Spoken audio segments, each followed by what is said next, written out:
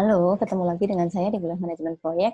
Kali ini saya akan menjelaskan sinkronisasi dengan berbagai metode untuk penjadwalan. Jadi harapannya setelah menyimak video saya sebelumnya dan video ini, kalian akan mampu menyusun penjadwalan dengan berbagai metode dengan tepat, gitu kan. Nah, bahan kajian yang akan saya bahas nanti akan terkait sama baca dan block planning, kemudian kurva S sama concurrent scheduling. Nah, sebagaimana kita tahu, penjadwalan dengan budget biasanya berbentuk diagram batang, digambarkan secara horizontal, menunjukkan saat mulai dan selesai. Kemudian garis horizontal tersebut mempunyai skala waktu, bisa jam, hari, bulan, atau tahun. Untuk proyek besar dan kompleks biasanya budgetnya disusun belakangan. Kita susun CPM dulu, atau network-nya dulu. Nah, jangan khawatir juga sih, karena sekarang banyak alat bantu software yang bisa membantu kita untuk menjadwalkan secara bersamaan. Bisa kalian pakai Microsoft Project yang paling familiar, atau Primavera, atau Vico yang terbaru, gitu kan. Oke, keadaan yang digambarkan biasanya adalah keadaan early start, atau waktu mulai paling cepat. Nah, kalau perlu dapat digambarkan flow atau lintasan kritisnya dalam bar chart. Kemudian monitoring kemajuan dapat dilakukan dengan yang pertama membuat warna lain dari rencana, kemudian membuat pattern atau mengisi ruang yang ada. Dapat menunjukkan keterlambatan pekerjaan atau kemajuan pekerjaan lebih cepat dari yang direncanakan atau tidak, tetapi tidak bisa menunjukkan hubungan keterkaitannya. Jadi ketika satu pekerjaan terlambat, maka pengaruhnya terhadap pekerjaan yang lain apa itu nggak jelas kalau di bar chart. Nah, pembuatan budget harus memperhatikan apakah menggunakan hari kalender atau hari kerja. Jadi kalau menggunakan hari kerja berarti perhatikan hari liburnya.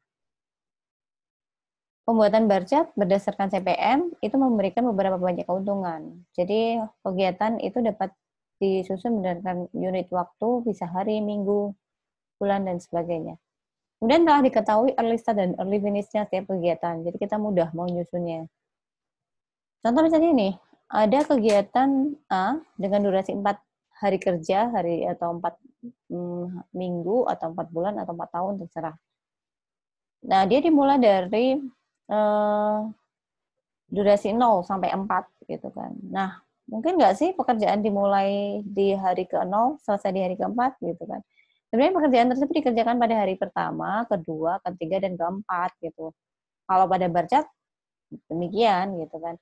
Dan demikian perlu ditambahkan 1 hari atau 1 minggu atau satu satuan waktu yang dipakai untuk awal kegiatan di bar chart. Contoh nih, kita punya network ini. Ini adalah network yang sudah kita susun di video CPM gitu kan. Jadi ada pekerjaan A, B, C, D, E, F, G, H, I, J gitu kan. Durasi totalnya adalah 22 hari. Dimulai dari hari ke-0. Contoh nih misalnya kegiatan A, dimulai dari hari ke-0, selesai di hari ke-10 atau 11 gitu kan. Jadi kalau mulai di transfer ke budget jadinya akan seperti ini nih. Jadi A itu tidak mulai dari hari ke-0, nolnya di sini. Jadi hari ke pertama, 2, sampai ke 10. Dia tadi latest finish-nya di hari ke-11. Kalau dia selesai di hari ke-11, maka dia mulainya di hari ke-2. Oke, berikutnya. Misalnya nih pekerjaan E. Jadi E itu mulai di hari ke-10 atau hari ke-11 paling lambat. Selesainya di hari ke-19 atau hari ke-20. Contoh, pekerjaan E. Pekerjaan E selesai di hari ke-10 atau 11. Jadi startnya selalu ditambahkan 1. Jadi 11 atau 12. Selesainya adalah di hari ke-19 dan 20. Sesuai yang di network-nya. Nah, dari sini kita bisa lihat bahwa yang biru itu adalah budget berdasarkan early start-nya. Sedangkan yang merah adalah budget berdasarkan latest start-nya. Yang bulat-bulat ini adalah plot-nya. Kemudian yang putus-putus apa? Yang putus-putus itu jalur kritis. Masih ingat pengertian jalur kritis? Jalur kritis adalah jalur yang memiliki total vote sama dengan 0. Berarti yang tidak ada bulut-bulutnya ini yang kritis. Berarti kegiatan B, C, dan C. Sebenarnya di bar chart juga sudah kelihatan. Gitu kan. Kalau kita susun network-nya dulu. Nah, pembuatan bar chart berdasarkan hari kerja, berarti dia memperhatikan jadwal kerja, hari libur, dan hari besar. Misalnya ada perusahaan atau institusi yang bekerja 6 hari kerja, berarti hari Minggu libur. Ada juga yang 5 hari kerja dalam seminggu. Berarti Sabtu Minggu dia libur. Jadi harus benar-benar diperhatikan ini. Nah, hari libur mungkin pula berbeda untuk negara tertentu. Kalau kita punya beberapa proyek di beberapa negara, berarti harus memperhatikan hari libur di negara tersebut. Misalnya ini di Timur Tengah hari Jumat dan Sabtu liburnya. Nah, ini adalah contoh bar chart berdasarkan hari kerja. Kalau tadi berdasarkan hari kalender selesai di hari 22, dengan item kerjaan yang sama, durasi yang sama, dan hubungan antar kerjaan yang sama, maka yang A tadi selesai di hari ke-10, sekarang karena terlewati hari Minggu, di hari ke-7-nya, dia selesai di hari ke-11. Begitu juga seterusnya. Sehingga penyelesaian pekerjaan mundur 4 hari yang harusnya tadi di hari ke-22 menjadi di hari ke-26 selesainya. Ini adalah contoh bar chart dengan 6 hari kerja dan melewati hari libur nasional. Oke, bicara kurva S. Kurva S bertujuan memberikan gambaran kemajuan pekerjaan dengan waktu. Kemajuan pekerjaan direfleksikan terhadap bobot penyerapan biaya biasanya. Ini merupakan asumsi. Jadi pekerjaan kalau tidak dibayarkan jika prestasi pekerjaan tidak terpenuhi. Penerapannya bisa dipakai untuk perencanaan dan pengendalian. Kalau untuk perencanaan, itu bisa dijadikan rencana jadwal pendanaan. Atau untuk rencana penyebaran sumber dayanya, gitu kan. Kalau untuk pengendalian, dia bisa membuat atau membandingkan antara kurva S rencana dengan aktual. Jadi ada 2 kurva S. Kemudian, dengan kurva S ini, keterlambatan dapat diketahui. Dan tindakan korektif pastinya dapat dilakukan sebelum terjadi hal-hal yang tidak diinginkan.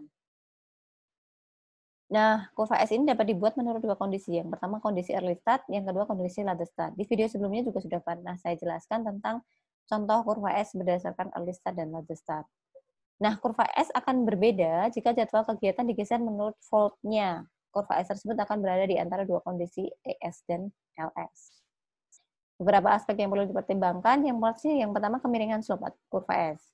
Karena kemiringan ini merefleksikan kecepatan pemakaian sumber daya. Jadi harus ada semacam warming up, kemudian masa pembangunan, dan cooling down-nya. Jangan sampai di awal banyak, kemudian tiba-tiba turun, tiba-tiba naik lagi. Gitu kan. Kemudian keadaan early start adalah keadaan di mana seluruh kegiatan dimulai berdasarkan waktu mulai paling cepat. Karena waktu mulai paling cepat, maka keuntungannya dana cepat keluar. Kemudian ada angka keamanan waktu, karena float-nya tidak dipakai.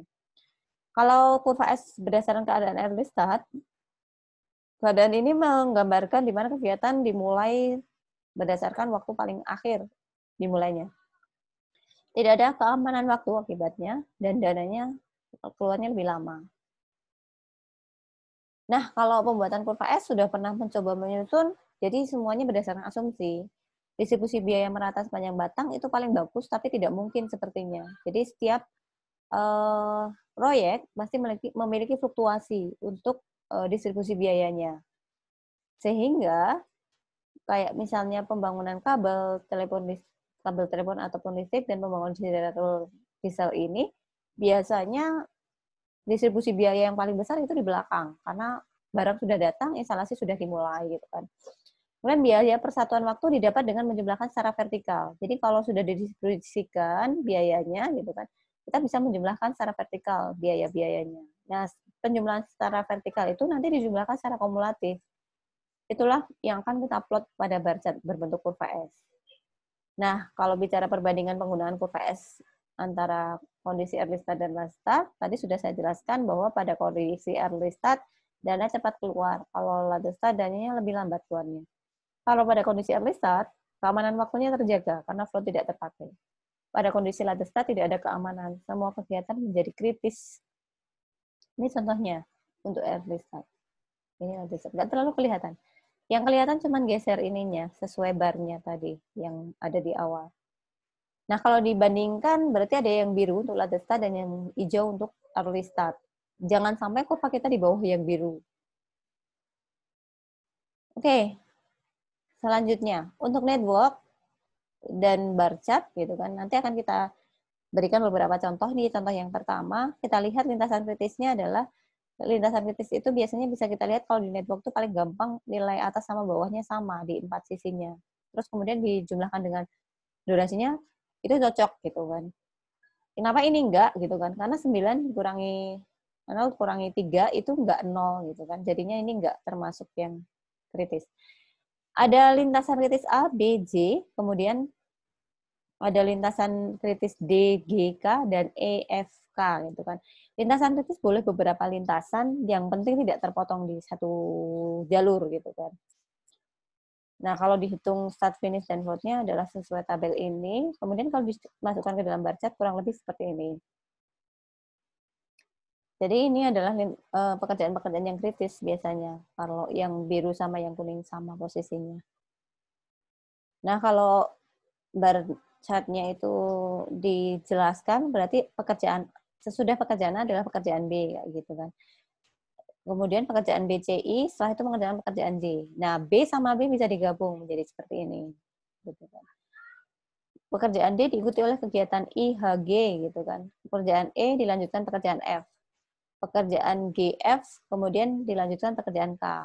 Ini bisa digabung G dengan G, F dengan F, gitu kan. Sehingga menjadi seperti ini. Nah, dua rangkaian network ini bisa kita gabungkan menjadi network yang besar, menjadi seperti contoh yang pertama tadi. Oke, kemudian ini network yang kedua. Ada lintasan kritis CIM dan ADKLO, gitu kan. Ini perhitungan start, finish, dan total float-nya. Ini bar chart-nya kalau dipindahkan kurang lebih seperti ini.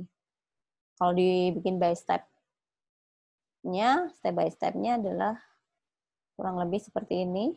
Menjadi network yang besarnya seperti ini. Ini network yang ketiga. Lintasan kritisnya ACEF. Kemudian ini perhitungan start, finish, dan total float-nya. Kalau ditransfer ke bar chart jadi seperti ini. Jadi ini disertai dengan kebutuhan sumber dayanya gitu kan. Bisa jadi ini adalah kebutuhan alatnya atau sumber daya manusianya. Gitu kan. Nah, ini adalah kebutuhan uangnya gitu kan. Nah, kumulatifnya bisa kita gabung di sini. Apakah ini yang bikin kurva S? Bukan ini gitu kan. Ini uangnya harus kita bagi per totalnya. Jadi nanti ini berupa bobot gitu kan. Berupa bobot misalnya 30 per 300 0,1 misalnya. Berarti di sini itu nanti kita jumlahkan 0,1. Ini total keuangannya gitu kan. Nah, kalau misalnya kalian punya RAB, biasanya A ini berapa gitu kan. Nanti totalnya ada misalnya untuk seluruh kegiatan ini kalian bisa bikin bobotnya. Jadi misalnya ini A itu 10 gitu, waktu 10 juta gitu. 10 juta dibagi total untuk kegiatan seluruhnya berapa? Nah, itulah bobot dari kegiatan tersebut. Nah, kalau dibikin step by step-nya seperti ini kurang lebihnya. Nah, kita sederhanakan lagi. Kenapa harus disederhanakan lagi? Jadi start sama finish itu harus satu titik, tidak boleh ada 3. Oke. Nah, yang terakhir, kita bicara constraint scheduling. Kalau seringkali suatu rencana mengalami kendala operasi di lapangan, ada 3 constraint atau kendala tadi atau permintaan khusus lah istilahnya begitu. Yang pertama adalah delayed start. Suatu kegiatan karena adanya hambatan tidak dapat dimulai sebelum jadwal yang telah dihitung berdasarkan early start. Misal, kegiatan tidak bisa dimulai karena material terhambat keluar dari pelabuhan. Yang kedua ada deadline. Suatu kegiatan karena kepentingan tertentu harus diselesaikan pada suatu jadwal tertentu. Ya, bisa jadi lebih cepat dari latest finish-nya. Misal suatu hotel harus diresmikan pada tanggal tertentu. Misal harusnya tanggal 30. Tapi karena suatu kejadian tertentu harus selesai di hari ke-25. Itu termasuk deadline. Dan yang terakhir, required completion date. Suatu kegiatan oleh karena pertimbangan tertentu harus dilaksanakan pada suatu hari yang tertentu. Misalnya suatu aktivitas membutuhkan inspeksi, tapi inspektornya misalnya tanggal tertentu. Misalnya harusnya tanggal 28 sudah selesai, tapi inspektornya bisa datang tanggal 31. Gitu. Berarti harus, mau nggak mau, harus selesainya tanggal 31, karena harus diinspeksi dulu. Contoh misalnya nih, saya punya pekerjaan netbook seperti ini. Nah, ini tanpa constraint gitu kan. Terus tiba-tiba nanti ada constraint di pekerjaan B atau pekerjaan A gitu kan. Nah, ini kan A ini dimulai tanggal 25 atau hari ke-25, selesai di hari ke-29 kan gitu kan. Nah, kalau ada constraint seperti ini gimana? Jadi ada not latest than dan not early than. Jadi pekerjaan A tidak boleh lebih cepat mulainya dari tanggal 24 misalnya. Atau ini dulu, not early than. Jadi pekerjaan B ini gitu kan. Contoh ini itemnya gini. Pekerjaan B ini tadi kan harusnya mulai tanggal 29, tapi ternyata tidak boleh lebih cepat atau not early than dari tanggal 30 gitu kan. Sehingga yang berpengaruh karena ini tidak boleh lebih cepat dari tanggal 30 adalah pekerjaan C dan B. Yang ini tadinya bisa selesai di tanggal 33, di hari ke-33 jadi 34 ikut. Yang ini juga. Ini selesai paling lamanya tanggal hari ke-40 sih, nggak ngaruh gitu. Kemudian lades den. Jadi kalau ini tadi harusnya tanggal 25 nih gitu kan selesainya gitu kan. Tapi ternyata event 7 ini di 24 harus selesai atau tidak boleh lebih dari 24 di sini gitu kan. Karena akan diresmikan di tanggal 24 misalnya. Nah, berarti semua pekerjaan yang terkait sama ini berpengaruh. Misalnya pekerjaan R nih yang harusnya ini selesai di tanggal 20 harus selesai di tanggal 20 di tanggal 19 kegiatan sebelum R atau kegiatan R paling lambat mulai tanggal atau hari ke-19. Kegiatan S juga yang tadinya bisa mulai di hari ke-13 paling lama dia bisa mulai tanggal di hari ke-12. Kemudian yang di T ini yang tadinya 11 gitu kan, bisa mulai di hari ke-11 dia mau nggak mau harus mulai di hari ke-10. Bisa juga dengan record completion date. Jadi kalau tadi tanggal 29 ini sebenarnya udah selesai sih gitu kan. Kan 25 tanggal 28 ya. 25 tambah 3 28. Di tanggal 28 ternyata dia mau nggak mau harus selesai di tanggal 31. Berarti mau nggak mau ini ngikutin yang tadinya di 33 bisa selesai di E-nya jadi tanggal 36. Ini juga tadinya di 30 jadi 33. Nah, itulah yang disebut constraint scheduling. Nah, kalau misalnya nih, bisa juga alternatifnya begini. Kalau misalnya nggak mau terlalu banyak kegiatan yang terganggu, bikin dummy. Karena tadi kan cuma B nih yang diminta lebih cepat dari tanggal 30. Yang C jangan diganggu dong, gitu kan. Jadi kita dummy untuk pekerjaan B. Yang ini tadi juga cuma R kan yang diminta gitu kan. Maka R ini dibikin dummy. Beda sama yang ini. Kalau yang ini karena tadi mau nggak mau tanggal 31, ya terpaksa ini tetap berubah gitu. Tapi ini kita bikin dummy di 9A, 7A, dan 10A. Nah, ini tentang constraint scheduling. Mudah-mudahan cukup memberi pencerahan dan bisa melengkapi pengetahuan kalian tentang penjadwalan, gitu kan. Terima kasih sudah menyimak video ini. Sampai ketemu di video-video yang lain. Terima kasih.